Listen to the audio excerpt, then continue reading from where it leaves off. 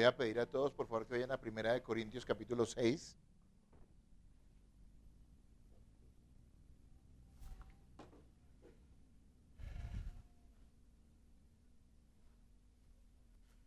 Primera de Corintios capítulo 6, sabemos que el libro de Corintios nos está mostrando las dificultades, problemas, pecados que pueden haber en una iglesia, pero también la gracia y las instrucciones que hay, que son dadas en Cristo, para salir de las mismas. Así que nosotros tenemos que abrir nuestros oídos, nuestro corazón, para entender lo que la palabra nos dice, lo que el Espíritu Santo nos dice a través de su bendita palabra, para que lo practiquemos como comunidad, como hermanos en Cristo.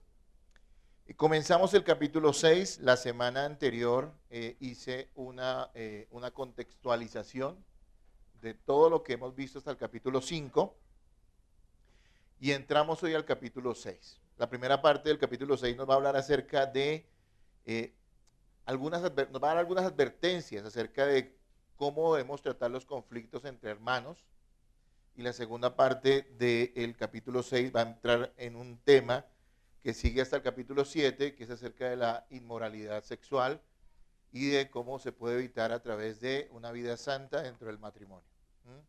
Comencemos pues nuestro capítulo 6. Hoy el título de la enseñanza, tema de la enseñanza hoy es la advertencia, una advertencia que Pablo nos da, advertencia acerca de los conflictos entre hermanos. Advertencia acerca de los conflictos entre hermanos, y quiero que leamos el capítulo 6, versículo 1 al 8. Usted va a estar atento, no se va a distraer, los niños van a estar quieticos ahí y vamos a estar atentos a la palabra. Es nuestra forma de adorar a Dios. Leamos, hermanos. Dice: ¿Osa alguno de vosotros, cuando tiene algo contra otro, ir a juicio delante de los injustos y no delante de los santos? ¿O no sabéis que los santos han de juzgar al mundo? Y si el mundo ha de ser juzgado por vosotros, ¿sois indignos de juzgar cosas muy pequeñas? ¿O no sabéis que hemos de juzgar a los ángeles? ¿Cuánto más las cosas de esta vida? Si pues tenéis juicio sobre estas cosas en esta vida, ponéis para juzgar a los que son de menor estima en la iglesia. Para avergonzaros lo digo, es que no hay entre vosotros sabio ni aun uno que pueda juzgar entre sus hermanos, sino que el hermano con el hermano pleitea en juicio, y eso ante los incrédulos. Así que, por cierto, ya es una falta en vosotros que tengáis pleitos entre vosotros mismos. ¿Por qué no sufrís más bien el agravio? ¿Por qué no sufrís más bien el ser defraudados?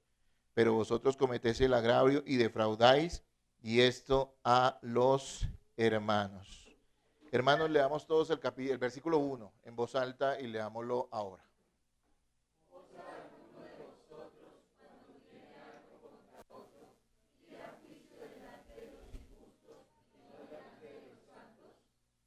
Amén.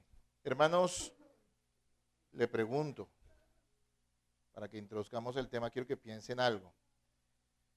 ¿Ha tenido usted alguna vez un conflicto con otro hermano en la congregación? ¿Ha tenido usted alguna vez un conflicto con algún hermano en la congregación?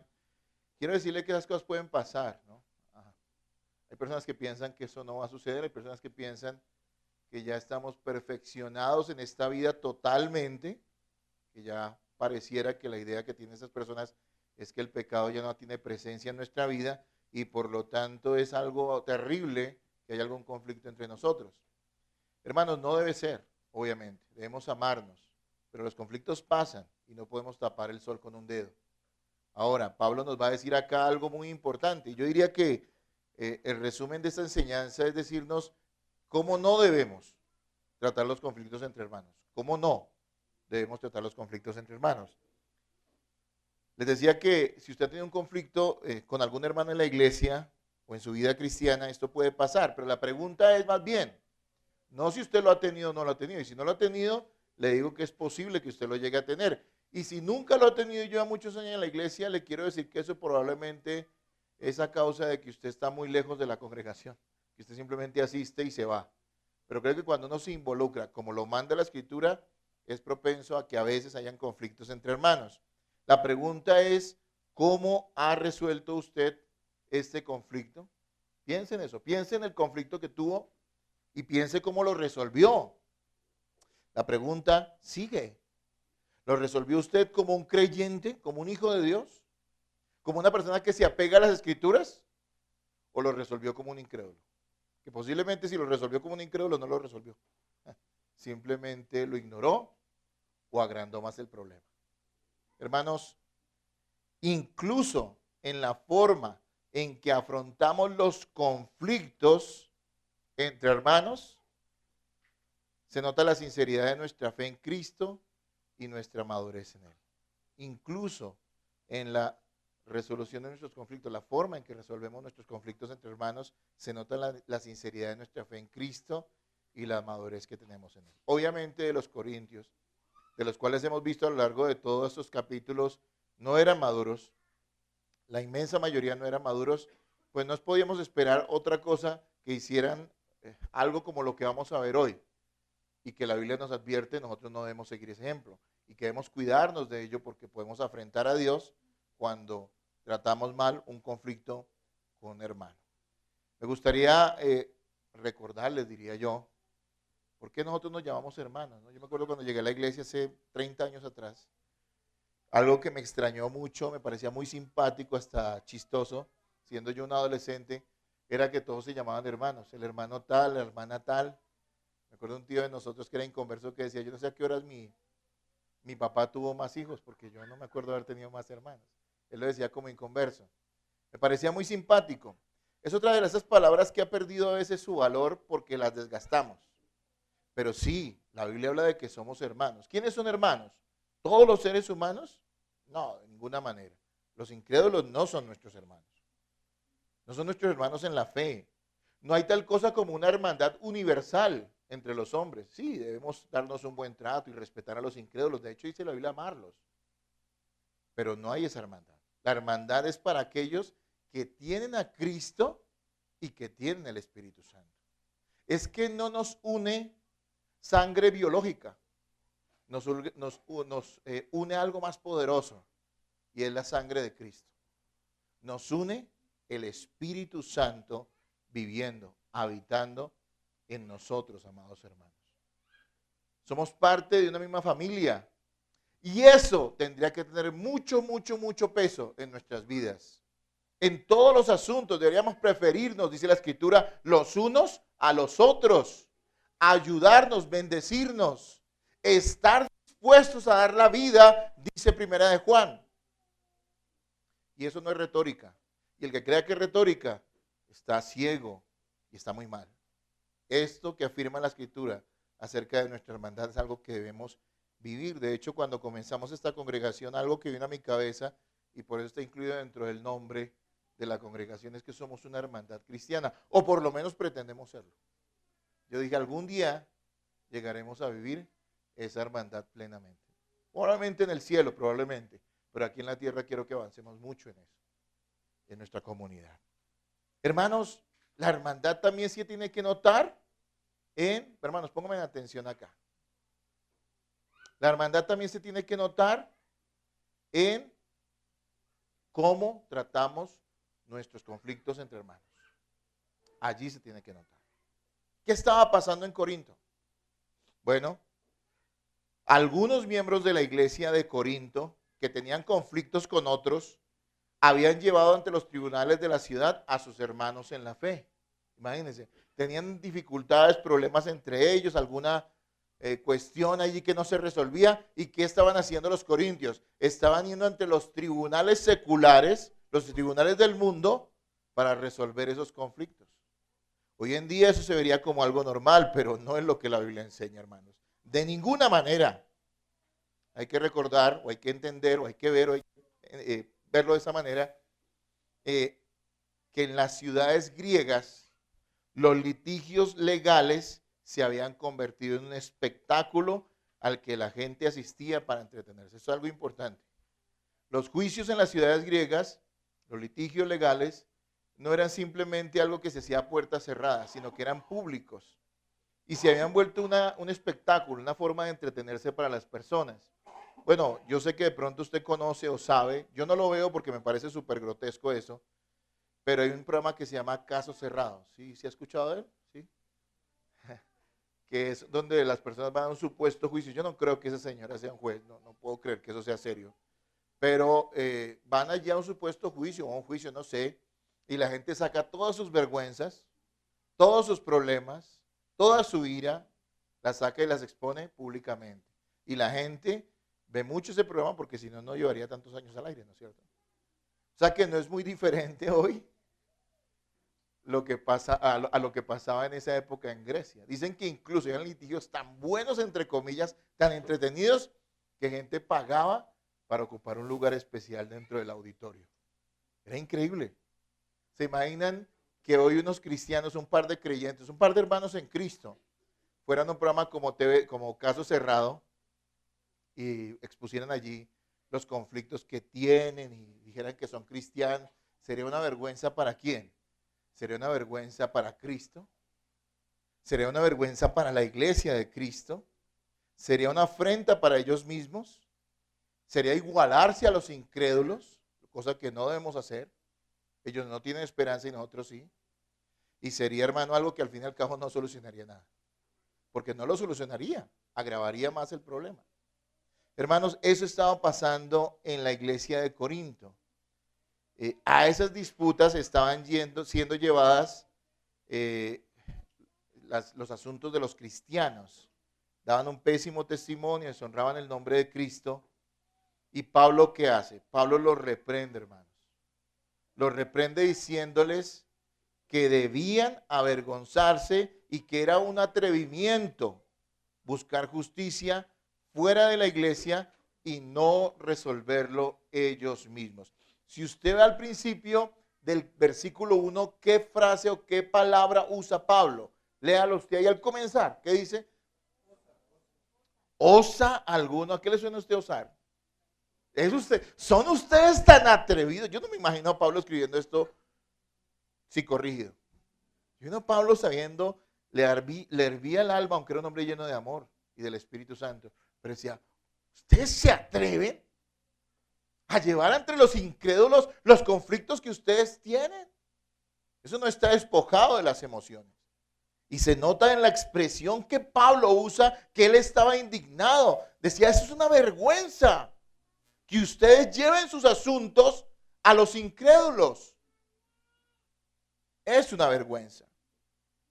Hermanos, los cristianos tenemos la gracia, el amor y toda la enseñanza de la Escritura para resolver con sabiduría que glorifique a Dios, sabiduría que glorifique a Dios todos nuestros conflictos.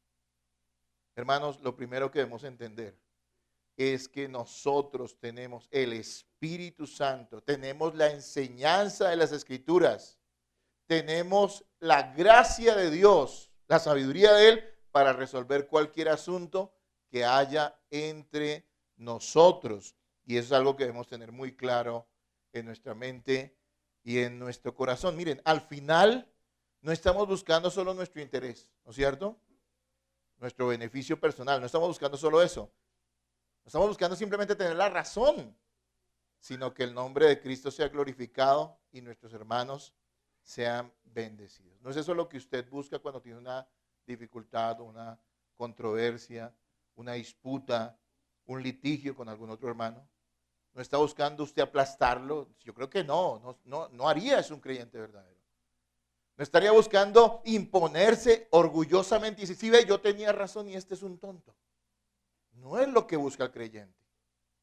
Si no estamos buscando eso, ¿dónde pueden ser resueltos nuestros asuntos? Si no es al interior de ¿qué? De la iglesia y con la sabiduría de la bendita palabra de Dios. El versículo 1 nos dice, y vuélvalo a leer, por favor, para que lo tenga presente, vuélvalo a leer. Léanlo.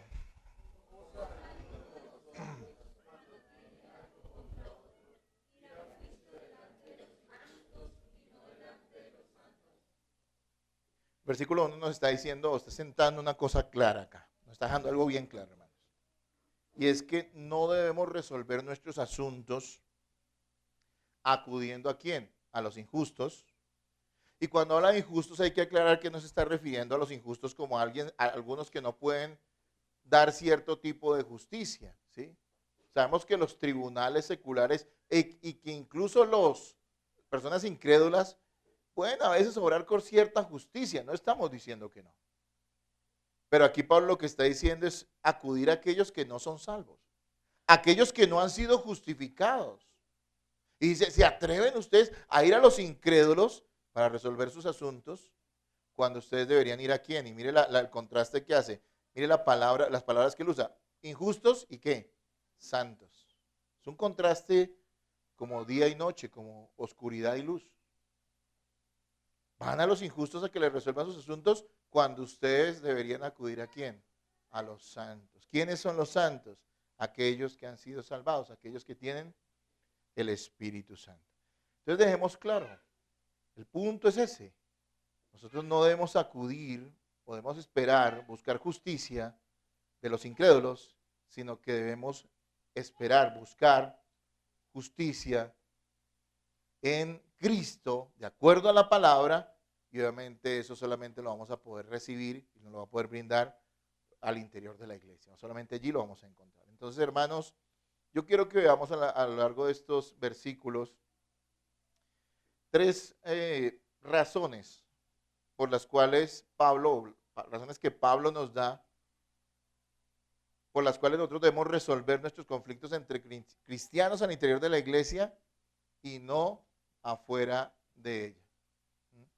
Tres razones, vamos a ver en estos versículos, del 2 hasta el 8, por las cuales nosotros debemos buscar siempre resolver nuestros conflictos entre cristianos al interior de la iglesia y no afuera de ella. Yo creo que dejo también claridad de que aquí Pablo está hablando de disputas entre cristianos, no está hablando con los incrédulos.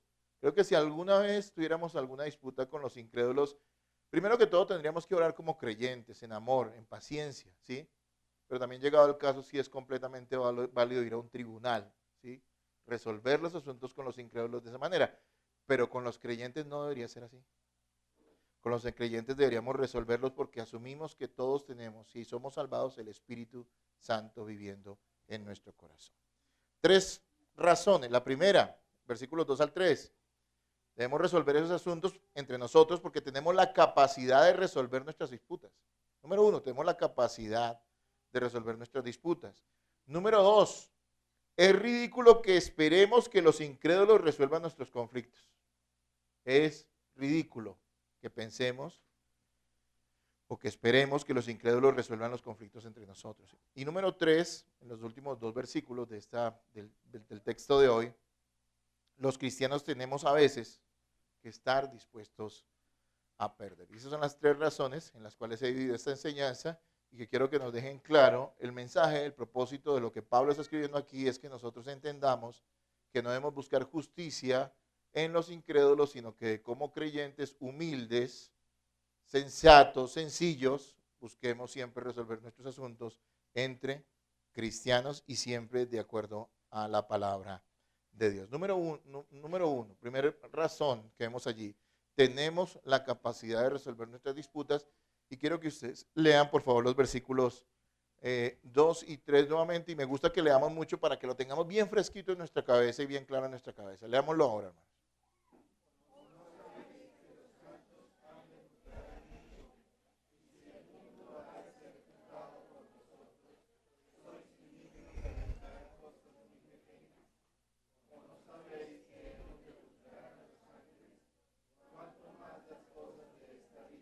Noten, primero que todo él está hablando de resolverlo con los santos. Y inmediatamente va al versículo 2, perdón.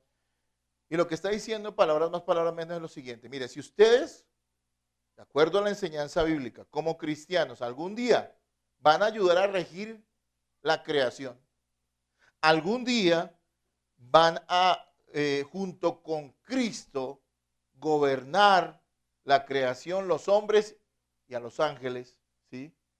¿Cómo no podrán resolver cualquier asunto entre ustedes? ¿Cómo no lo van a hacer? Ustedes acuden a aquellos que se van a perder. Pueden tener cierta sabiduría de este mundo, pero se van a perder. Ustedes están destinados no solo a heredar la vida eterna, sino a tener un lugar privilegiado dentro de la creación, donde Cristo les otorgará autoridad e incluso la capacidad de juzgar a los hombres junto con él, obviamente, y de juzgar a los ángeles.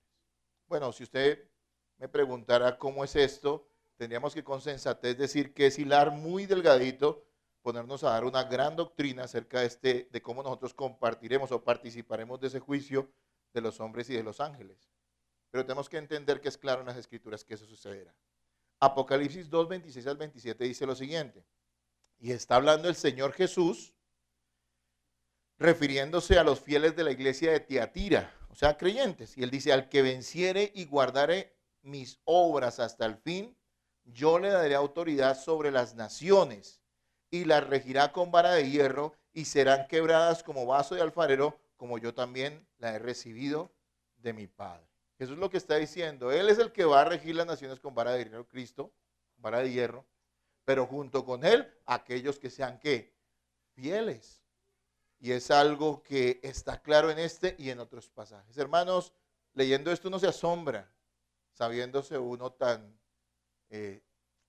limitado, tan pecador incluso todavía, esa dignidad que Dios nos dará y esa habilidad que el Señor nos dará, es algo por lo cual tenemos que humillarnos cada día y darle muchas gracias.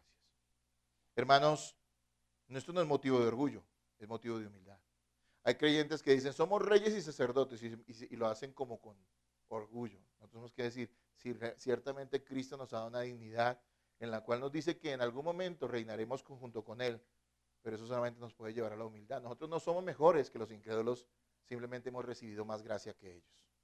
Amén, hermanos. Bien, entonces el asunto es el siguiente, nosotros tenemos la capacidad. Los corintios estaban demostrando una incapacidad para resolver sus asuntos que era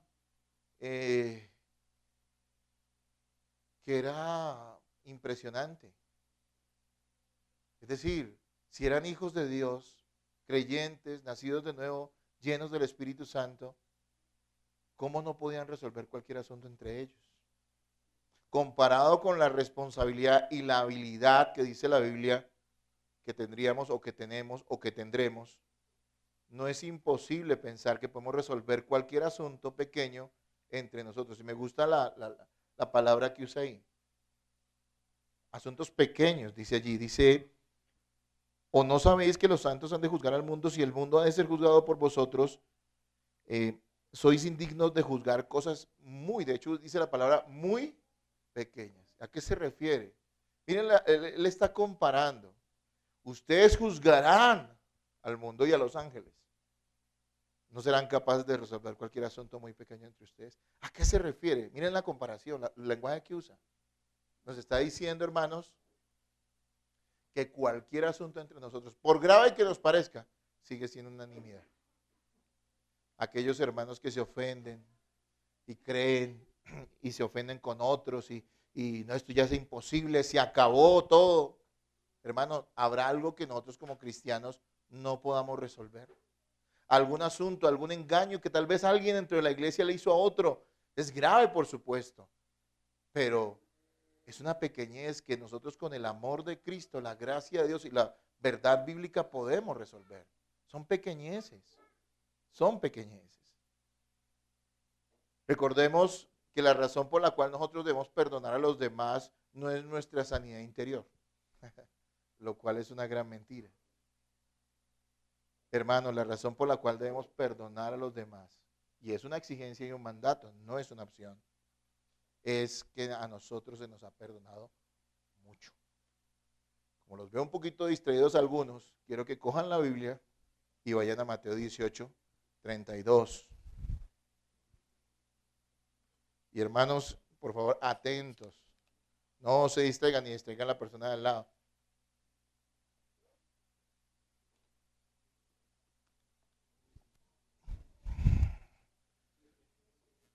Hermanos, 18, léanlo del 32 al 35. ¿Qué dice allí la palabra?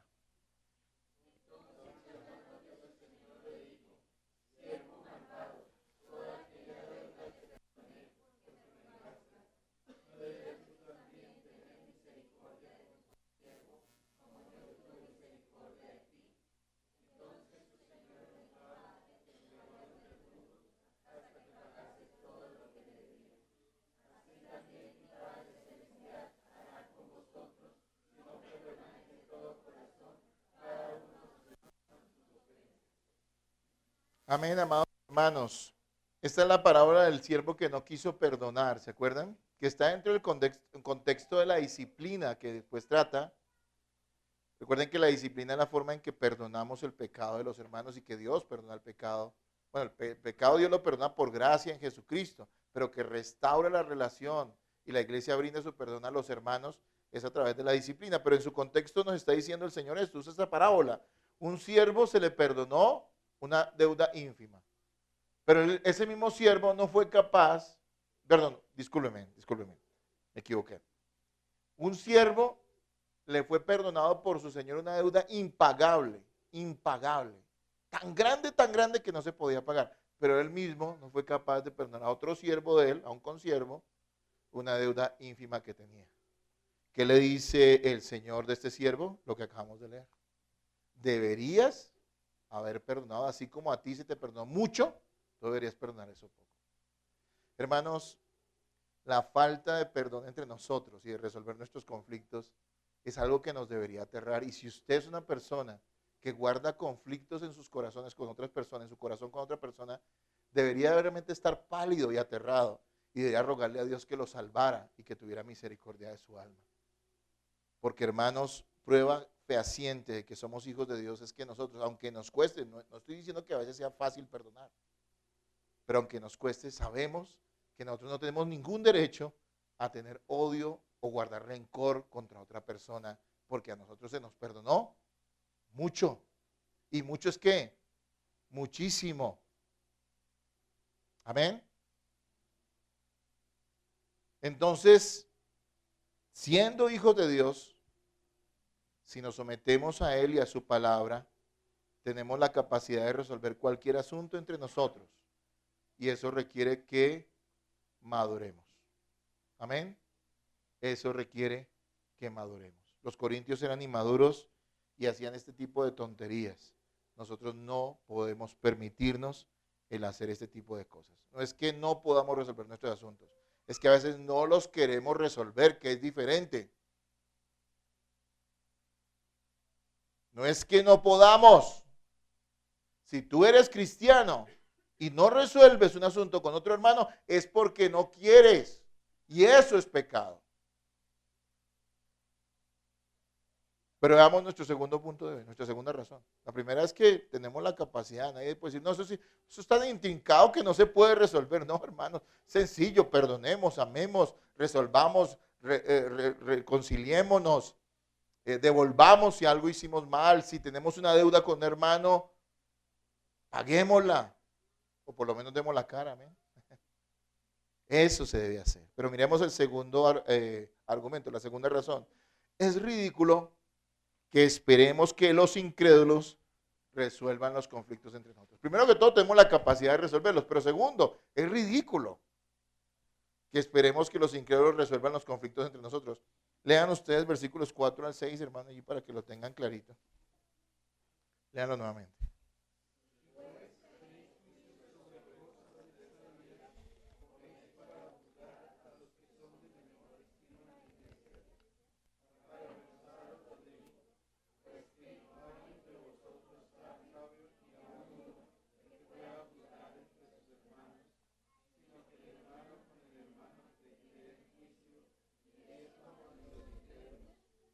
Amén. Lo que nos está diciendo es lo siguiente. Es vergonzoso que acudamos a personas que no tienen vida espiritual para resolver los asuntos que nosotros no queremos solucionar como cristianos. Es vergonzoso. Dice, para vergüenza se los digo. El versículo 4 habla de los de menos estima. ¿Quiénes son esos de menos estima en la iglesia? Bueno, si uno leyera superficialmente, creería que tal vez los corintios estaban buscando a la gente más inmadura dentro de la iglesia para resolver sus conflictos. Pero no, lo que está diciendo allí es que aquellos que tienen menos estima en la iglesia, ¿quiénes son? Los incrédulos. Nosotros sabemos que debemos respetar a las personas que no creen y confían en Jesucristo. No porque sean incrédulos, eso no merece respeto, sino porque son personas y tienen dignidad delante de los ojos de Dios, aunque sean incrédulos. Sabemos que los respetamos. De cierta manera les amamos.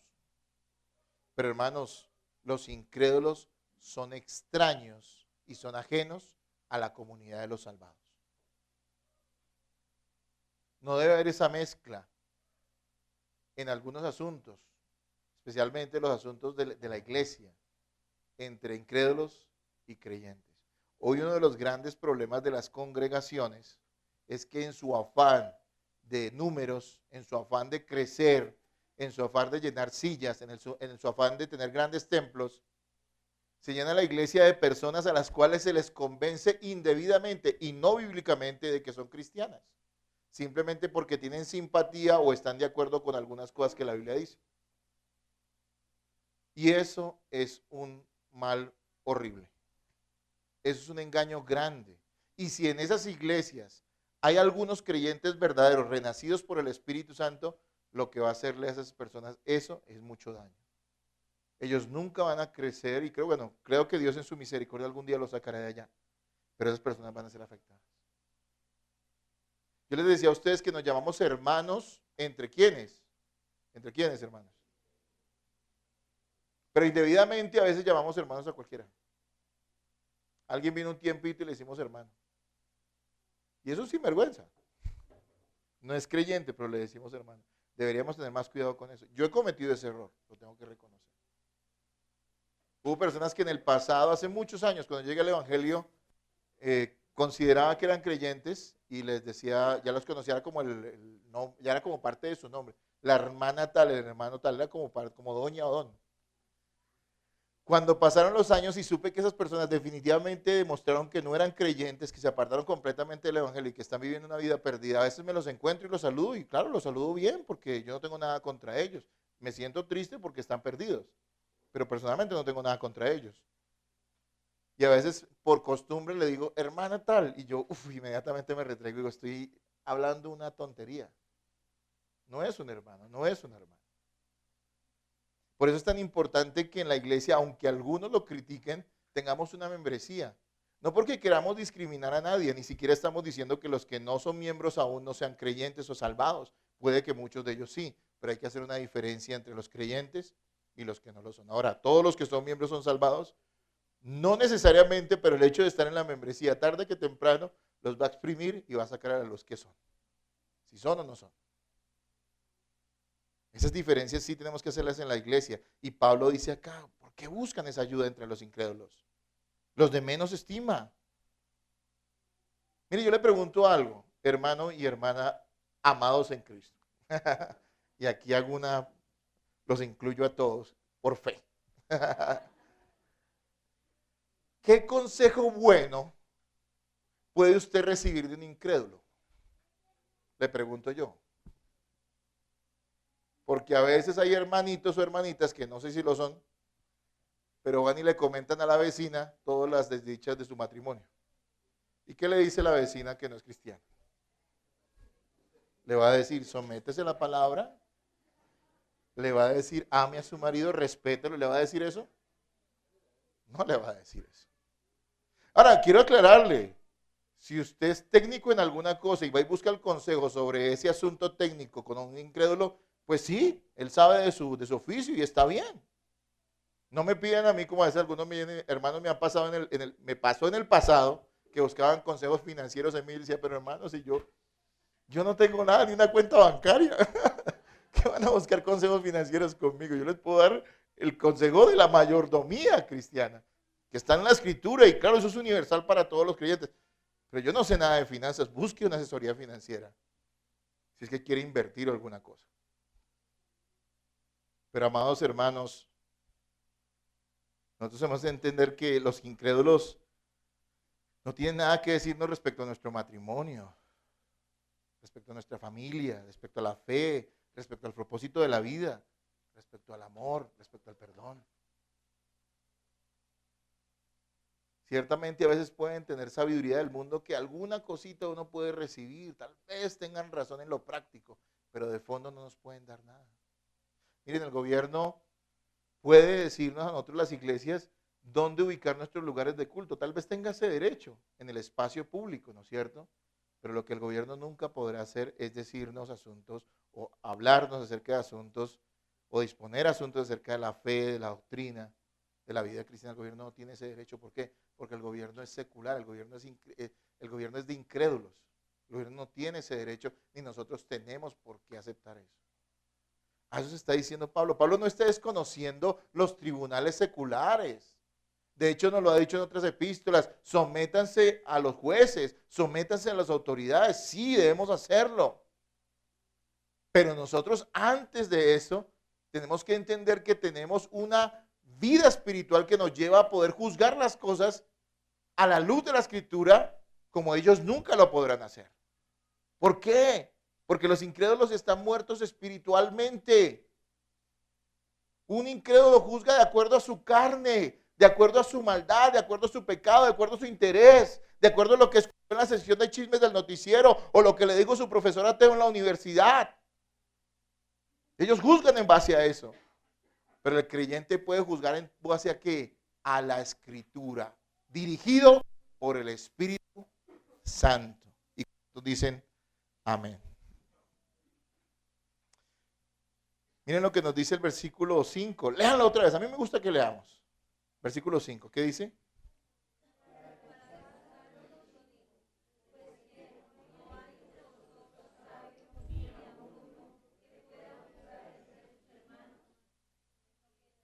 Amén, hasta ahí. Llevamos ahorita el 6. ¿Qué nos está diciendo? Pablo está diciendo, ¿será que entre ustedes no hay ninguno sabio? Pues sí debería haber. Pero lo que yo entiendo allí, lo que creo que debemos aprender y recibir para nosotros es que si nosotros necesitamos arbitraje en algún conflicto entre nosotros, debemos acudir ¿a quién? A los cristianos maduros en la iglesia. Antes de ir a resolver esto con los incrédulos, debemos ¿qué? Buscar a los creyentes maduros dentro de la congregación. Y especialmente yo les diría a los pastores que hay en la iglesia o a las personas que los pastores encarguen de estas cosas. No busque a cualquier hermanito, porque es que a veces los hermanos buscan al hermanito más inmaduro, al que lleva poco tiempo en la iglesia o al que lleva muchos años pero sigue siendo un bebé. Y resulta que en vez de ayudarlo, ¿qué hacen? Lo cargan. Lo llenan, lo cargan. Tienen que acudir a gente que es madura. Y la iglesia debería poder arbitrar en eso. Pero los cristianos tendrían que estar dispuestos a someterse al arbitrio, no sé cómo se dice, no tenemos profesor de español, de un miembro de la congregación o de la iglesia. ¿Sí? No es que salgan como algunos cuando se les va a disciplinar. ¿Y usted quién es para decirme esto? Y uno dice, wow, terrible, qué maldad. Hermanos, si algún arbitraje necesitamos respecto a algún asunto que tengamos entre hermanos, debemos buscar ¿qué? A las personas maduras de la congregación y especialmente acudir a los pastores o a las personas que ellos se encarguen. Sería lo más sabio, ¿saben? Solo la gracia que hay en nosotros hace que nos apeguemos a las Escrituras. Un tribunal secular puede ofrecer cierto tipo de justicia. Y cuando hablo de un tribunal no necesariamente me estoy refiriendo a un juez de la república. Puede ser que busquemos arbitraje con gente incrédula. Su mamá puede ser muy linda y ámela, respétela, por favor, dele un buen regalo de mi parte el Día de la Madre. Y también en Navidad. Quiérala, respeta. Hay cosas que su mamá puede decirle, si su mamá es incrédula, digo yo, que le pueden decir que pueden ser útiles. De pronto le puedo dar consejos sobre cómo cocinar mejor la pasta, ¿sí? O de pronto algunos asuntos sobre la vida matrimonial sencillos que le puedan servir. Pero no busque que su mamá incrédula arbitre entre usted y su esposo que son cristianos, porque ¿qué le va a decir su mamá? Venga, mi hijita, váyase, déjese. Yo le dije a usted que ese tipo no le convenía.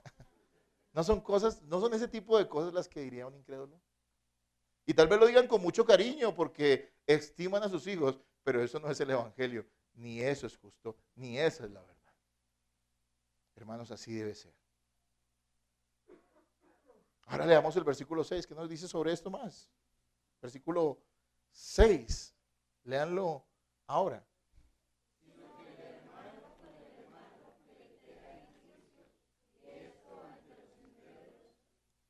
Amén. Dice, pero pleitean ustedes y lo hacen entre los incrédulos. Yo me imagino a Pablo indignadísimo escribiendo estas cosas. Oye, lo llevan a los incrédulos, por favor. Hay un consejo que mi esposa y yo le damos a todos los jóvenes que van al curso prematrimonial. Y le hemos dado ese curso a muchas personas. Es un consejo que siempre les damos. Y es sencillo. Y sé que todos lo conocen. La ropa sucia se lava en casa. La ropa sucia se lava en casa. ¿Qué gana usted, mujer, al exponer todas las debilidades y todos los errores de su esposa, de su esposo, perdón, a, al escarnio público? ¿Qué gana usted? ¿Qué gana usted si se pone a hablar con sus amigos, con sus vecinos, hasta con los mismos hermanos de la iglesia en general? Es que esta, o al revés, la esposa o el esposo de la esposa. ¿Qué gana usted con eso? Usted no gana nada. Usted pierde. Porque resulta que esa persona de la cual usted habla tan feo es la persona con la cual usted va a tener que estar hasta cuándo. Discúlpeme, quiero escucharlo a ustedes. Hasta cuando la muerte los separe, amigos. Entonces, ¿usted qué se gana con eso? Ah, pero es que a veces tenemos problemas. ¿Sabe que acuda un hermano maduro o vaya al pastor? O mejor, vea la palabra. Vea la palabra. ¿Gana usted algo con eso? Pero le pregunto, ¿ganamos nosotros algo cuando llevamos nuestros asuntos internos de la iglesia a los incrédulos, cuando los ponemos a los incrédulos? Cuando les llevamos los problemas que tenemos entre hermanos a los incrédulos. A veces no necesariamente ni siquiera para que nos resuelvan nada, simplemente se lo comentamos. Yo le voy a decir algo, eso es una gran necedad, es un gran pecado. Debemos entender, hermanos, que no obtendremos de los incrédulos lo que solo nosotros mismos como creyentes renacidos podemos solucionar en Cristo. No vamos a obtener de los incrédulos lo que solo nosotros mismos como creyentes renacidos podemos solucionar en Cristo. Se me viene a la cabeza otra ilustración como para que tengamos esto más claro. Hay muchos países, especialmente en el norte de Europa, que cuando acogieron el Evangelio después de la Reforma, las iglesias se volvieron nacionales. Eso quiere decir que eran sustentadas ¿por quién? Por el gobierno. Entonces el gobierno, creo que es hasta el sol de hoy en algunos países escandinavos, el gobierno es el que subsidia las iglesias. Entonces nadie tiene que dar nada, nadie tiene que ofrendar, nadie tiene que diezmar, nadie tiene que dar nada. ¿Por qué? Porque el gobierno se encarga de sacar de los impuestos y pagarle a los pastores y colocarles templos y todo bien. Y uno diría, yo creo que muchos pastores carismáticos dirían, avivamiento, ¿no es cierto? Pero hermanos, ¿saben una cosa? Jamás eso debe ser así. Nosotros no podemos esperar que el gobierno incrédulo, yo lo diría así, tome la bendición que a nosotros nos pertenece y la responsabilidad que a nosotros nos pertenece, que es sostener a la iglesia de Dios. ¿Qué pasó? Pues resulta que en esos países el evangelio se enfrió. Simplemente son iglesias de nombre, pero absolutamente contrarias al evangelio. Donde el gobierno que sostiene también se da el derecho a legislar dentro de las iglesias. ¿Y eso es qué? Diabólico. Cuando usted le lleva algún asunto de la iglesia a un incrédulo, le está dando libertad para que él juzgue lo que no le corresponde juzgar a él. Los asuntos de la iglesia. Qué necedad cuando los padres se quejan de los pastores frente a sus hijos. Lo vi mucho tiempo. ¿Saben que yo fui uno de esos? A veces mi papá tenía algo en contra, no le gustaba algo que el pastor hacía o dejaba de hacer, iba allá a la casa y, ese pastor, y mire lo que dijo, gracias a Dios yo fui salvo. Y por eso no me dejé contaminar con eso. Sabía que la necesidad era de mi papá y no del pastor. Estoy poniendo simplemente un ejemplo. Pero por lo menos tuve una hermana, mi hermana que es incrédula, que también se agarró de eso para decir, sí, esas iglesias son así. Pongo un ejemplo con todo respeto por ella. Para decir esas cosas. Hermanos, ese daño lo hacemos. ¿Qué hace usted cuando le pone esa carga a un incrédulo? Cuando usted ventila todos los asuntos de la congregación frente a incrédulos. Yo diría incluso gente que ni siquiera es parte de la congregación, que ni siquiera asiste. ¿Qué hace usted con eso? Es simplemente darles una carga y conducirlos allá al pecado, porque cuando ellos se levanten contra la iglesia, Dios los juzgará más severamente a ellos. Pero usted es el que le está dando licencia. ¿Sí me estoy haciendo entender, hermanos? Este último ejemplo no es para decir, ay, no hablen del pastor porque la maldición. Les estoy diciendo, sean sensatos. Ni siquiera es el pastor, de cualquier hermano. Esa señora va a la iglesia, pero eso es una bandida. Hermano, usted expone eso a los incrédulos. Mire la enseñanza bíblica tan completa.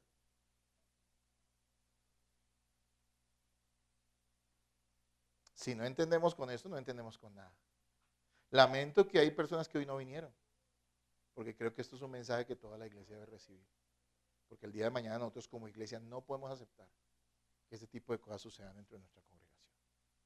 Porque hemos recibido el consejo de la palabra de Dios. Amén.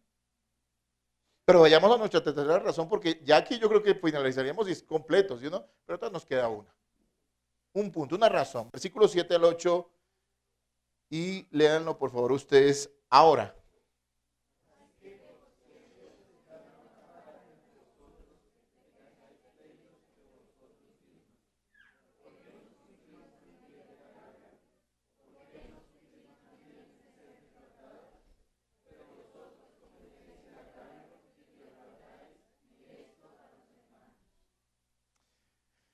Para mí esta tercera razón es la siguiente. Los cristianos tenemos a veces que estar dispuestos a perder.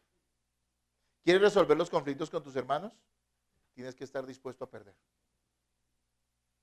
Yo creo que a muchos no les gustaría lo que estamos diciendo, pero es lo que la palabra de Dios está diciendo. Créanme que ese es el sentido. ¿Qué Pablo está diciendo? Es mejor perder una disputa. Es mejor perder una disputa que exponer el nombre de Cristo y de la iglesia a la burla y al reproche público. Eso es un gran pecado contra el Señor. Miren lo que nos está diciendo allí el versículo 7. Dice, así que por cierto, ya es una falta que vosotros tengáis pleitos. O sea, ya es grave que ustedes tengan pleitos. Eso ya es grave. No debería ser así. Y dice, entre vosotros mismos, ¿por qué no sufrís más bien el agravio? ¿Por qué más bien no soportan ese agravio? ¿Por qué no sufrís más bien el ser defraudados? Que esa palabra defraudados la podríamos traducir como estafados. ¿A alguien le gusta que lo estafen? Bueno, parece que hay unos hermanos en Corinto que eran unas joyitas y habían estafado a otros hermanos. Pero Pablo les dice, pues está mal lo que ellos han hecho y lo va a decir en el versículo 8 ahorita. Pero ¿saben una cosa? Sería preferible aguantar esa estafa a exponer y a poner a ser vilipendiado el nombre de Cristo frente a los incrédulos. ¿Usted está dispuesto a perder? Para que Cristo gane, para que sus hermanos ganen. ¿Está dispuesto a sufrir el agravio? Le pregunto yo, porque es lo que la palabra de Dios nos dice. A veces vamos a tener que perder. Mire, cuando usted permite esos reproches públicos, expone esto ante los incrédulos o de una forma indebida incluso dentro de la congregación, solo le estamos dando más motivos a los incrédulos para que blasfemen del Señor, para que justifiquen su incredulidad y les ponemos tropiezos para que crean. Yo me imagino qué pensarían los jueces de Corinto y los cristianos. ¿Usted cree que algún juez de Corinto se convirtió? Sí, de pronto, por la pura gracia del Señor, como todos, ¿no? Pero ahí sí, como decimos, se convirtió a pesar de los cristianos, no por los cristianos. ¿Se imagina un juez que tenía que juzgar esto y decía, y están ventilando tantas cosas, y estos disque son los que cambian el mundo, y estos son los que tienen disque a Cristo? ¿Qué le estaban dando los cristianos a estos jueces y a estos incrédulos en general? Razones para blasfemar el nombre del Señor. Razones para justificar su incredulidad. O alguna vez cuando se ha sabido de algún escándalo de la iglesia o algún problema en la iglesia, ¿no ha tenido usted un incrédulo al lado que le dice, yo por eso no voy por allá? Dígame que no. Yo por eso por allá no voy. ¿Y qué creen ellos? Que tienen una superioridad moral. Y por eso dicen, sí, ve, yo soy mejor que eso. Y son hijos de Satanás, engañados, porque los cristianos nos hemos prestado para eso. Arrepintámonos, hermanos. Arrepintamos y jamás permitamos que eso pase en nuestra congregación.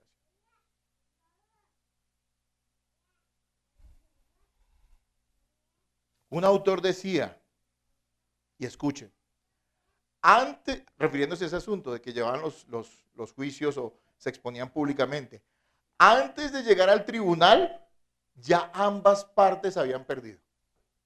Este autor cristiano decía, antes de llegar al tribunal, ya ambas partes habían perdido. Aunque alguno ganara el pleito, ¿qué satisfacción habría en ello?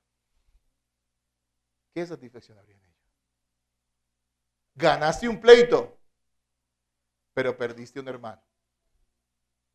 Vuelvo y se lo leo. Antes de llegar al tribunal, ya ambas partes habían perdido. Aunque alguno ganara el pleito, ¿qué satisfacción habría en ello? Ganaste un pleito, pero perdiste a un hermano. Sí, ganaste, te dieron la razón, eres sabio, eres grande, te estafaron, eres víctima. Pero expusiste el nombre de Cristo y no practicaste el amor ni el perdón que llevaría a que la iglesia fuera edificada, a que ese hermano fuera confrontado tal vez con el mal que te hizo. O que nosotros respondemos con amor a aquellos que nos ofenden, que ellos pueden ver a Cristo en nosotros. Qué importante es esto. Pero también hay algo ahí para los que dentro de la iglesia se prestan para hacer pecar a otros o los que defraudan a otros hermanos dentro de la congregación. Y lea por favor el versículo 8 usted.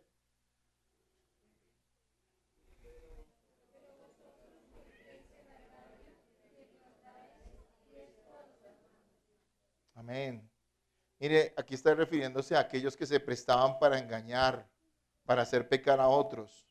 Ellos tenían que comprender, y nosotros debemos comprender, que no estamos engañando a cualquier persona, sino a un hermano en la fe, a un hijo de Dios. Hermano, si alguno de ustedes tiene negocios con otro hermano en la fe, aún con más veras, usted debería ser completamente pulcro en los negocios que tiene con esa persona por ser un hermano en la fe. Y quiere decir esto que si usted hace negocios con los incrédulos, pues a esos démosle duro porque como no son cristianos, ¿quiere decir eso? Quiere decir que usted tiene que ser pulcro con los incrédulos porque usted es un hijo de Dios y debe testificar. Además, usted no tiene por qué robar ni andar mintiendo. Usted es un hijo de Dios.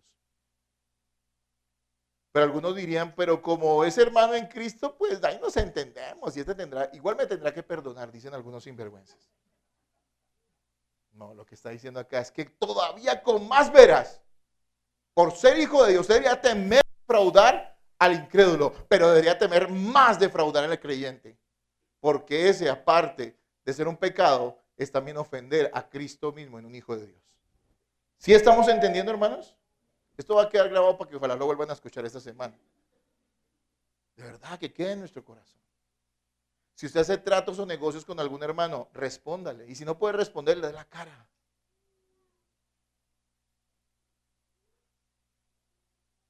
Si usted cometió un pecado o ofendió a un hermano, responda.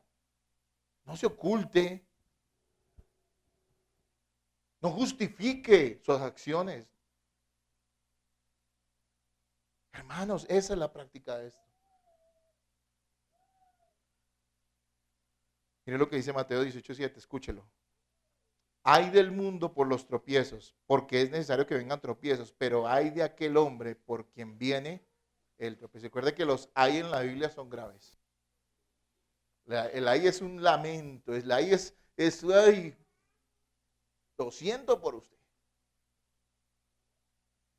Y aquí volvemos al contexto de Mateo 18, que sabemos que el tema es la disciplina y el perdón.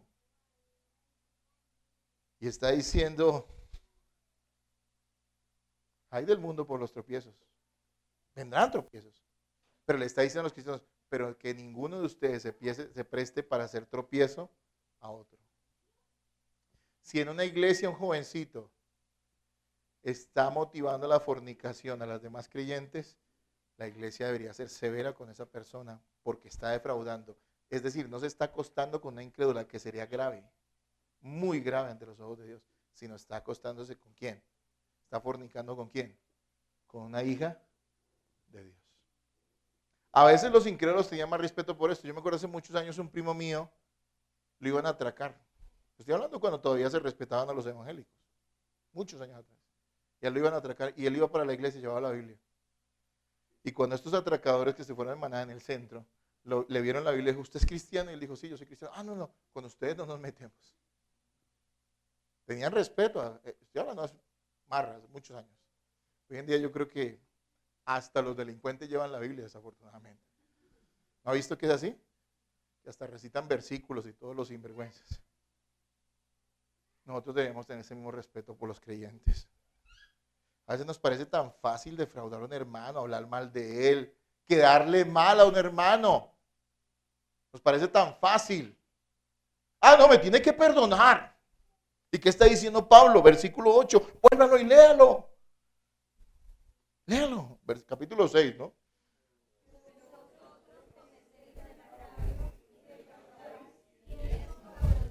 Pero ustedes están agraviando y están defraudando a sus hermanos. No puede ser así. Miren, mantener la unidad y la armonía no es fácil. Pero algo que requiere el poder mantener esa unidad y esa armonía entre nosotros, algo que se requiere es que cada quien se niegue a sí mismo en beneficio de los demás por amor a Cristo. Siempre hablamos de los componentes de la unidad y el amor y el perdón y la humildad. Pero esto también es un componente de la unidad y la armonía en la iglesia. Y es que estemos dispuestos a abnegarnos, o sea, es decir, a negarnos a nosotros mismos, a veces a perder, hermanos. A perder, a ceder, a decir, prefiero esto antes que agraviar a algún hermano en Cristo. Qué gran respeto nos muestra la palabra hacia aquellos que son hijos de Dios. Voy concluyendo, hermanos. Recuerden, por favor, Cristo tiene muy en cuenta el trato que le demos a nuestros hermanos. Para algunos parece tan fácil vivir en conflictos y enemistades con los demás, pero eso no tiene ninguna gracia, no tiene ninguna justificación y eso no es agradable ante los ojos del Señor. Recuerde que Cristo tendrá muy en cuenta. A veces separamos eso, no, ese es cristiano, pero Cristo es otra cosa. Hay gente tan loca, y eso es muy repetido en las iglesias, que dicen, yo no voy a la iglesia por la gente, sino por Dios. Y los que dicen eso, ¿por qué? Porque les ha ido mal con los creyentes, ¿no es cierto? Porque tienen conflictos con ellos. Esa es la justificación. No es así. Si vas por Dios, tienes que ir por los creyentes. Porque esto es de edificación, ¿qué? Mutua. Dice que hasta nuestros cantos son ¿para qué? Para que hablemos y nos edifiquemos mutuamente. Hermanos, debemos resolver nuestros conflictos como creyentes. Mateo 5, 23, 24 dice, por tanto, si traes tu ofrenda al altar y allí te acuerdas de que tu hermano tiene algo contra ti, deja allí tu ofrenda delante del altar y anda, reconcíliate primero con tu hermano y entonces ve y presenta tu ofrenda. Es claro, si vas a adorar a Dios, si vas a servir a Dios, si vas a glorificar a Dios, incluso si vas a tener una ofrenda, primero ¿qué? Resuelve tu problema con el hermano para que esa ofrenda, para que ese canto, para que esa predicación, para que eso que estamos haciendo sea agradable delante del Señor. Resuélvelo. Ve, déjalo a un lado, ve y resuélvelo. Esa es tu actitud. ¿Quieres honrar a Cristo? Honra a tus hermanos y nunca los expongas al escarnio frente a los incrédulos, porque eso es como si lo hicieras a Cristo mismo. ¿Se acuerdan de ese pasaje en Mateo 25 donde el Señor dice, venid benditos de mi Padre porque tuve hambre y me diste de comer, tuve sed y me diste de beber, fui forastero y me reconociste, estuve desnudo y me cubristeis, enfermo y en la cárcel y me visitaste? ¿Se acuerdan de ese pasaje? Y los santos que dirán, Señor, pero ¿cuándo lo hicimos a ti? Y el Señor dijo, cuando se lo hiciste a uno de mis hermanos más pequeños. Está refiriendo aquí a los creyentes. Y el principio es el mismo porque en el mismo 25 después dice que el Señor reprochará a los condenados que no hicieron esas cosas. Y que cuando no le hicieron esas cosas a sus hermanos más pequeños, fue como no hacérselas ¿a quién? A Cristo. Cuando nosotros mantenemos conflictos con los hermanos, cuando los justificamos, estamos en enemistad no solamente con ese hermano, sino ¿con quién? Con Cristo mismo. Esas son palabras mayores. Espero que esta palabra caiga en buena tierra y que dé fruto. Porque a partir de hoy, como que después de cada enseñanza, ustedes, hermanos, son responsables de vivir lo que se les enseña. Como digo yo hoy, lo refiero de esta manera, mis manos en ese sentido están limpias. Se les ha enseñado la palabra y ustedes deben ponerla por obra, y yo también. Amén.